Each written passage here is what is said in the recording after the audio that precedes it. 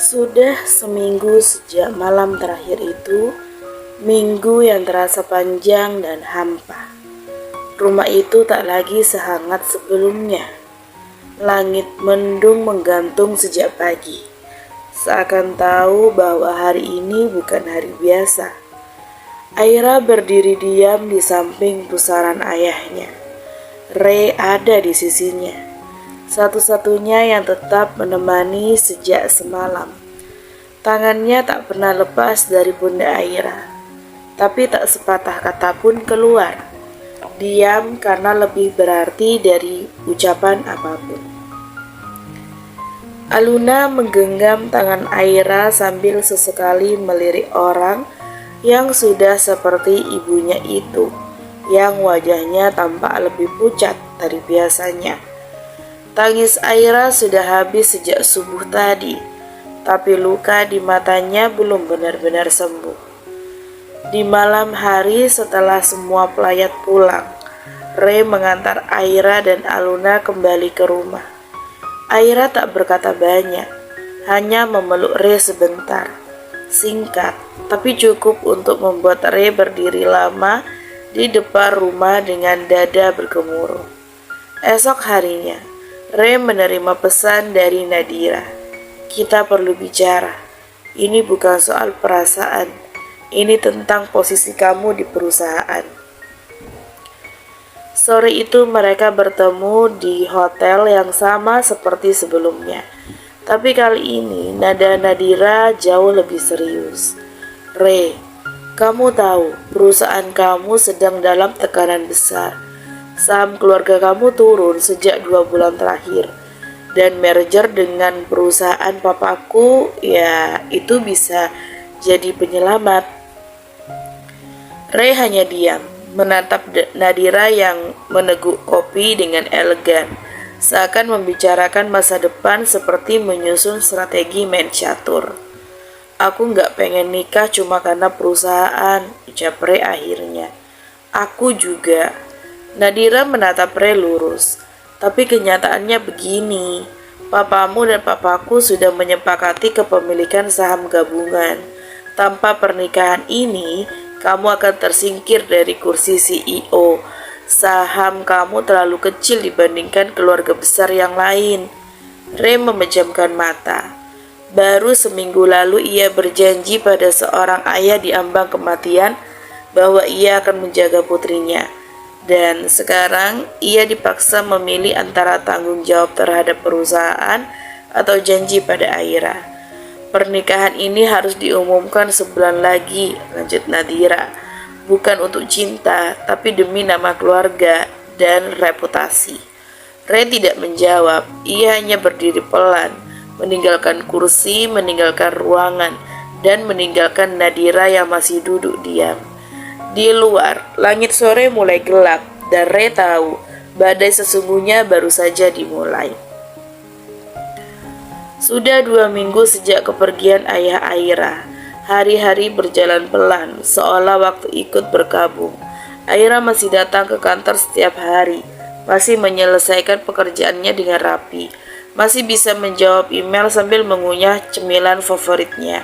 Tapi senyumannya kini tak lagi sama. Tawanya setengah hati. Ray memperhatikan itu dari kejauhan. Ia tahu Aira mencoba kuat, tapi ada luka yang tak bisa ditutup dengan keceriaan palsu. Aluna jadi lebih sering menginap di rumah Aira. Bocah kecil itu seperti membawa cahaya kecil ke dalam ruang gelap di hati Aira. Mereka sering terdengar tertawa bersama, bermain slime, atau saling melempar bantal sambil berebut remote TV. Suatu malam, Aluna duduk di samping Aira yang sedang menyisir rambut di depan cermin. Aira, katanya pelan, ayah tuh kayak ayah kamu juga ya. Aira berhenti menyisir, menoleh pelan. Ayahku? Aluna mengangguk. Iya, sama-sama diem, tapi sayang. Suka ngomel, tapi pelukannya empuk banget kayak bantal. Aira tersenyum, mengusap kepala Aluna. Lucu deh kamu, tapi iya, mungkin kamu benar. Malam itu Aira tidur lebih nyenyak dari biasanya. Di sisi lain kota, Ray berdiri di balkon apartemennya. Kota terlihat gemerlap, tapi pikirannya gelap. Ia memejamkan mata, mencoba menepis semua beban. Tapi justru wajah Aira dan pesan ayahnya yang muncul. Kalau saya nggak ada, tolong jaga dia ya. Jangan biarkan dia belajar kuat sendirian.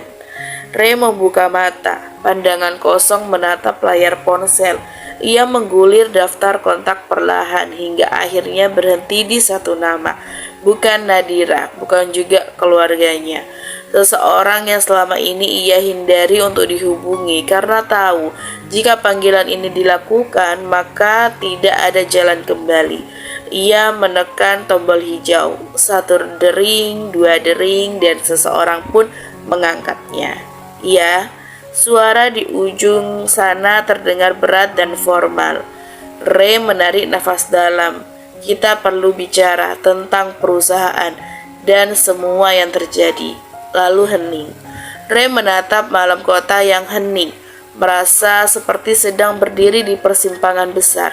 Satu jalan menuju kewarasan hatinya, satunya lagi menuju ke tanggung jawab yang mengorbankan banyak hal.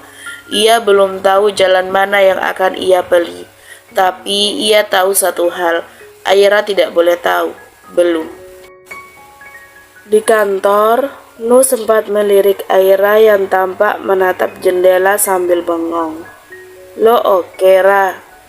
Aira mendesah. Nggak tahu, Nu, kayak orang datang barengan. Ayah, kerjaan, Ray kenapa? Dia beda, lebih pendiam, gak nyolot, gak nyindir, gak ngata-ngatain makanan gue yang kayak rantang tukang. Nu tertawa kecil. Ya elah, mungkin dia stres juga. Lo suka lupa dia tuh CEO, bukan tukang fotokopi. Aira tak menjawab, tapi hatinya tak tenang. Ia tahu ada yang disembunyikan Ray, dan dia benci perasaan itu. Perasaan mulai peduli lebih dari seharusnya. Malam itu, Ray duduk sendiri di ruang kerjanya. Layar laptop menyala, menampilkan grafik saham yang terus menurun. Pikirannya kusut. Ia tahu situasi perusahaan kian mengkhawatirkan. Ayahnya terus mendesak soal perjodohan dengan Nadira demi penggabungan dua perusahaan besar. Tapi hatinya tak berada di sana. Tiba-tiba sebuah nama terlintas di kepalanya. Kenan Ardiansyah, mantan teman sekelasnya di SMA, sekaligus rival. Ganteng, tengil, sok artis, tapi cerdas, dan satu hal yang paling Ray ingat darinya, anak tunggal konglomerat bidang energi dan properti yang sekarang makin merajalela. Dulu mereka seperti kucing dan anjing, tapi meski sering saling sindir dan adu mulut, diam-diam Ray mengagumi caranya berpikir. Kenan punya insting bisnis dan kemampuan negosiasi yang di atas rata-rata. Ray membuka ponselnya mencari kontak yang sudah lama tak disentuh. Ditemukannya nama Kenan Tengku, panggilan khas masa sekolah dulu. Ia mendesah pelan, lalu menekan tombol telepon. Yo, siapa ini ganggu malam minggu gue? Ray menghela nafas, nada itu masih sama seperti dulu. Ray, hening sesaat. Ray Adinata, CEO cool boy kita. Wah gila, gue pikir lu udah jadi pangeran Korea dan lupa sama kita-kita. Ray tersenyum tipis. Gue butuh bantuan lu, Ken. Nada di seberang berubah serius. Oke, ngomong, gue dengerin. Ray tahu ini mungkin bukan solusi langsung, tapi setidaknya dia tahu siapa yang bisa diajak bicara tanpa embel-embel perjodohan, merger penuh tekanan, atau drama keluarga. Seseorang yang mengenalnya sebagai Ray yang dulu, bukan CEO Ray Adinata. Keesokan harinya, Ray terlihat sedikit berbeda, bukan lebih bahagia tapi lebih bersemangat. Ada sesuatu dalam pikirannya, rencana jalan keluar. Aira memperhatikan itu diam-diam dari balik komputer. Ia ingin bertanya tapi ditahannya. Ia belajar satu hal akhir-akhir ini. Kadang seseorang butuh ruang untuk bicara di waktu yang tepat. Tapi sahabat sekaligus radar gosip, langsung menyeruduk ke meja Aira. Kayak ada sinar baru nih di wajah Re. Jangan-jangan dia balikan sama mantan. Aira menjitak kepala dengan pelan. Mulut kamu tuh nggak pernah istirahat ya? Cengar-cengir. Biasa pengamat asmara kantor. Jadi lo cemburu? Aira terdiam sejenak, lalu menjawab pelan, setengah berbisik. Entahlah, gue cuma takut dia makin jauh. Langsung diam, tatapannya melunak. Kalau lo peduli, jangan nunggu dia bicara duluan. Aira menatap layar komputer, tapi pikirannya sudah melayang ke Re, ke perusahaan, dan ke rasa yang makin sulit dipahami. Sebuah kafe rooftop di tengah kota, angin sore berembus lembut. Ray datang lebih dulu, mengenakan kemeja putih dan celana bahan. Duduk sambil menyeruput espresso, menunggu sosok yang tak berubah sejak SMA, Kenan Ardiansyah. Dan seperti yang sudah diduga, woi, lihat siapa nih? Mr. Perfect Adinata, CEO sejuta fans. Kenan datang dengan kemeja terbuka 3 kancing, jaket kulit dan kacamata hitam di sore hari. Ray melirik dari atas ke bawah. Lu masih berpenampilan kayak personil boyband gagal ya? Kenan ketawa keras, duduk tanpa permisi. Gue sih lebih ke aktor drama Korea yang kejebak sinetron. Mereka saling tos, lalu hening sejenak. Waktu bergulir. Tapi ada hal-hal yang tetap, cara mereka nyindir, ketawaan yang meledak, dan ikatan aneh sebagai rival dan sahabat. Jadi, kata Kenan, meletakkan gelas es kopinya, apa yang bikin CEO Cool Boy ini butuh bantuan dari gue yang katanya cuma tukang flexing? Ray mengeluarkan beberapa dokumen dari tasnya. Gue mau lu masuk sebagai investor penyelamat, tapi bukan cuma modal. Gue butuh kamu juga masuk sebagai pemegang saham minoritas aktif. Kita butuh pergerakan cepat untuk nutup celah merger tanpa harus masuk ke permainan perjodohan itu. Kenan mengangkat alis. Perjodohan? Panjang ceritanya. Intinya kalau gue nggak ambil alih kendali perusahaan sekarang, pihak keluarga bisa main paksa. Kenan mengangguk pelan, mulai serius. Ia memelototi data, grafik, dan rencana ekspansi Ray. Proposalnya menarik, tapi gue nggak akan cuma lihat angka, gue lihat siapa yang bikin. Ray menghela nafas. Jadi, Kenan menyender, menyilangkan kaki, lalu tersenyum nakal. Gue setuju, tapi ada satu syarat. Ray melotot, apalagi? Jangan bilang lo mau gue jadi bridesmaid pas nikahan lo. Gue mau kerja dari kantor lo 1 bulan aja jadi komisaris aktif. Gue mau lihat langsung gimana perusahaan ini hidup. Dan sekalian gue kangen nyusahin lo bro. Ray nyengir geleng-geleng. Lo ini emang gila, tapi jenius, potong Kenan dengan cepat. Dan yang paling penting, lo butuh gue. Ray tertawa, dan untuk pertama kalinya dalam beberapa minggu terakhir, tawanya keluar dengan lepas. Deal. Mereka saling tos, 2 kepala batu, 2 gaya berbeda, 2 mulut tajam. Tapi kalau sudah bersatu, siapa tahu perusahaan bisa selamat dan Ray bisa bebas dari skenario perjodohan yang mengancam hatinya. Malam itu kantor sudah lama sepi. Tapi ruang kerja Ray masih terang. Di balik kaca, Aira mengetuk pelan. Mas Ray, saya bawain kopi biar nggak pingsan di depan laporan. Ray menoleh tersenyum lelah, tapi kali ini ada sesuatu di matanya. Bukan hanya letih, ada keraguan, ada juga beban. Aira duduk sebentar. Nada suaranya berbeda. Aira duduk perlahan, meletakkan cangkir kopi di meja. Aku tahu, aku mungkin sering nyebelin, terkesan dingin, tapi kamu harus tahu, aku nggak pernah bermaksud nyakitin. Aira terdiam, memperhatikan wajah Ray yang kini lebih terbuka. Aku cuma ada hal-hal yang gak bisa aku ceritakan saat itu. Tentang perusahaan, tentang keluargaku, tentang posisi aku sekarang. Tapi kamu tetap di sini, tetap jadi kamu. Aira menatap matanya. Aku gak butuh semua jawaban sekarang, Mas. Tapi aku butuh tahu, aku ini siapa buat kamu. Ray berdiri, mendekat, matanya menatap tajam. Dalam, kamu itu satu-satunya yang bikin aku masih waras di tengah semua ini. Hening, lalu tanpa aba-aba, Ray menunduk dan menyentuh bibir Aira. Lembut, ragu, tapi tulus. Aira sempat terkejut, tapi ia tidak menolak. Ia membalas dengan perlahan. Ciuman itu berubah jadi lebih dalam, lebih intens. Emosi yang tertahan terlalu lama meledak malam itu. Dan tanpa kata mereka larut dalam keintiman, dalam pelukan yang tak lagi menyisakan jarak. Malam menjadi saksi bahwa cinta tak selalu harus sempurna. Kadang cukup saling ada dan jujur.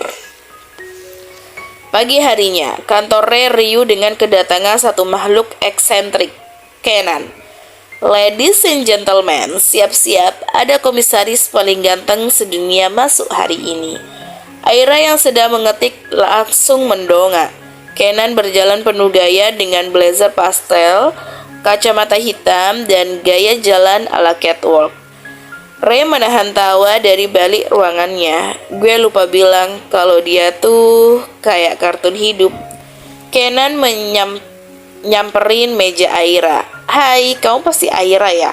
Sekretarisnya Ray sekaligus wanita paling sabar sedunia, iya kan? Aira menyipit. Dan kamu pasti bocah tengil yang numpang eksis. Kenan menepuk dada. Kita bakal akrab, gue yakin. Sebelum Aira bisa balas, suara heels tajam terdengar. Seorang wanita cantik dan elegan masuk, rambut dikunci rapi, tatapan dingin. Nadira. Maaf, saya ada janji bertemu dengan Ray. Kenan langsung berdiri memamerkan senyum andalannya. Dan saya ada janji jatuh cinta, sepertinya. Aira melongo, Nadira mendelik. Maaf, kamu siapa ya? Kenan, komisaris baru dan mungkin cinta lamamu yang tertunda. Aira nyaris tersedak air putih.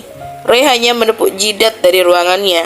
Hari ini, kantor Adinata Corp resmi jadi panggung drama antara CEO galau, sekretaris barbar, komisaris tengil, dan wanita masa lalu. Dan kisah ini baru saja semakin ramai.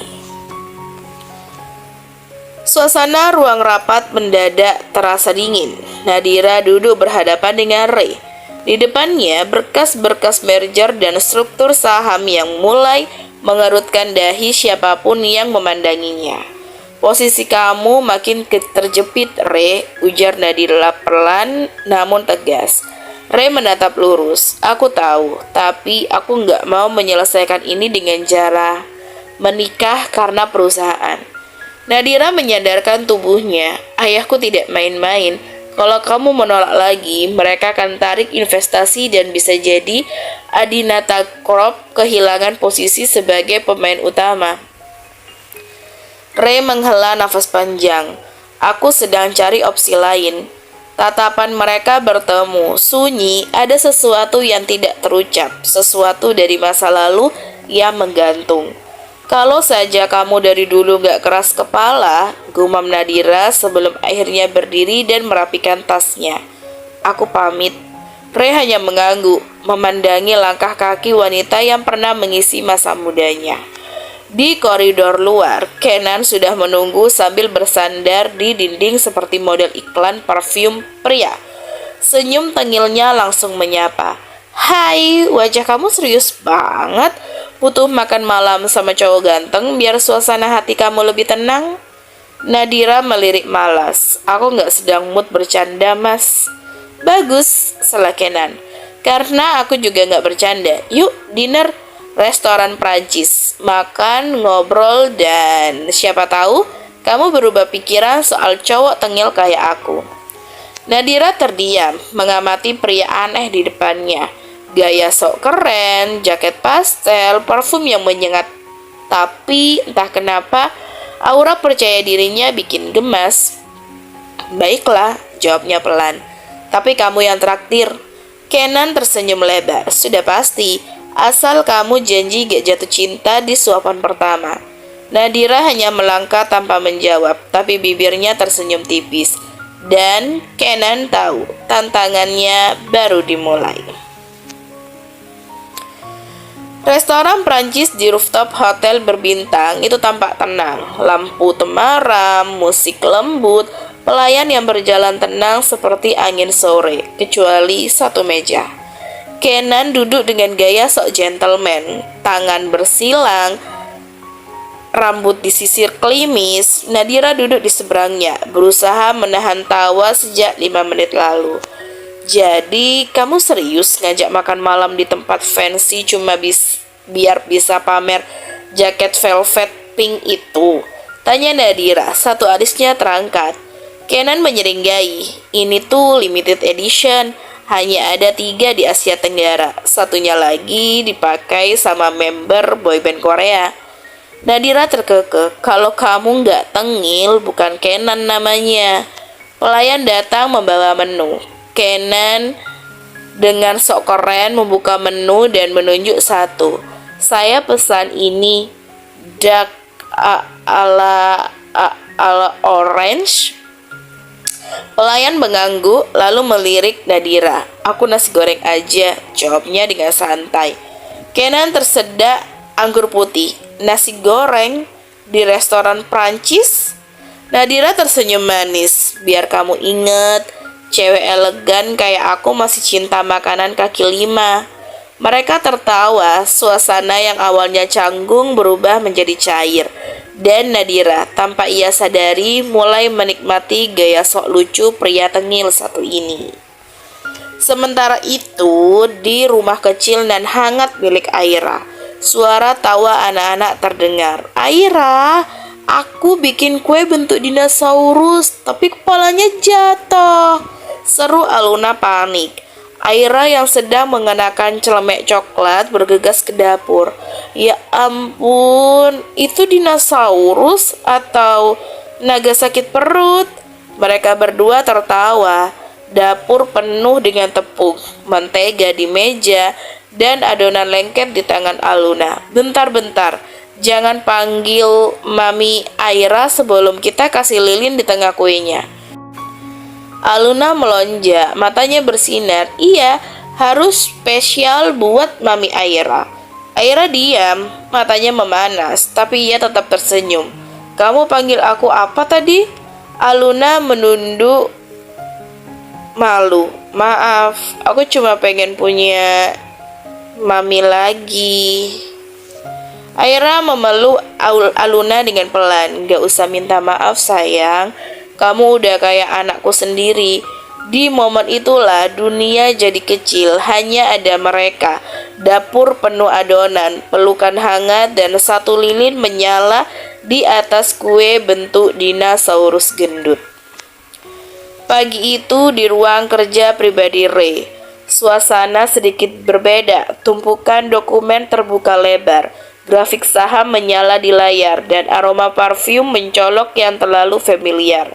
Gila ya, ruang kamu masih dingin kayak kulkas. Mau nyimpan es krim sekalian? Kenan duduk tanpa diundang, menjatuhkan tubuh ke sofa seperti di rumahnya sendiri. Ray mendesah, Kenan fokus.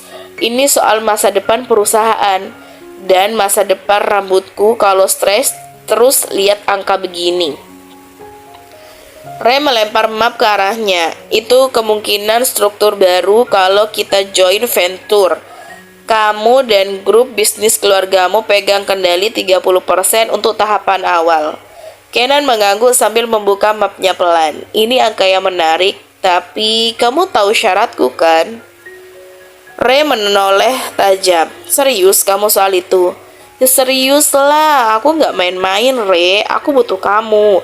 Tapi kamu harus jadi partner yang jujur dan lepasin beban kamu dulu, biar kamu bisa fokus soal cinta, dendam, trauma, mantan, buang. Ray tertawa kecil, kamu ngomong kayak motivator TikTok. Gue serius. Kenan menunjuk Ray dengan pulpen. Lo itu CEO muda, tampan, punya anak manis dan sekretaris barbar. Tapi lo juga manusia. Jangan dikurung terus sama ekspektasi semua orang. Ray terdiam, matanya menyapu ruangan. Kamu tahu, ucapnya pelan. Aku cuma takut kehilangan semuanya. Perusahaan ini warisan dari ibuku. Anak, keluarga, harga diri, semua taruhannya di sini. Kenan menatap sahabatnya serius. Dan aku di sini bukan cuma buat nyelamatin perusahaan, tapi buat nyelamatin kamu juga. Sunyi sejenak, lalu Kenan berdiri menyodorkan tangannya. Deal. Ray menatap tangan itu lalu menjabat erat. Deal. Tapi momen dramatis itu langsung bubar ketika Kenan menambahkan dengan senyum tengilnya. Dan satu lagi, gue minta ruangan khusus di kantor, pakai sofa empuk sama dispenser pribadi. Ray mendelik, lo CEO atau anak kos? Kenan nyengir, yang penting nyaman bro.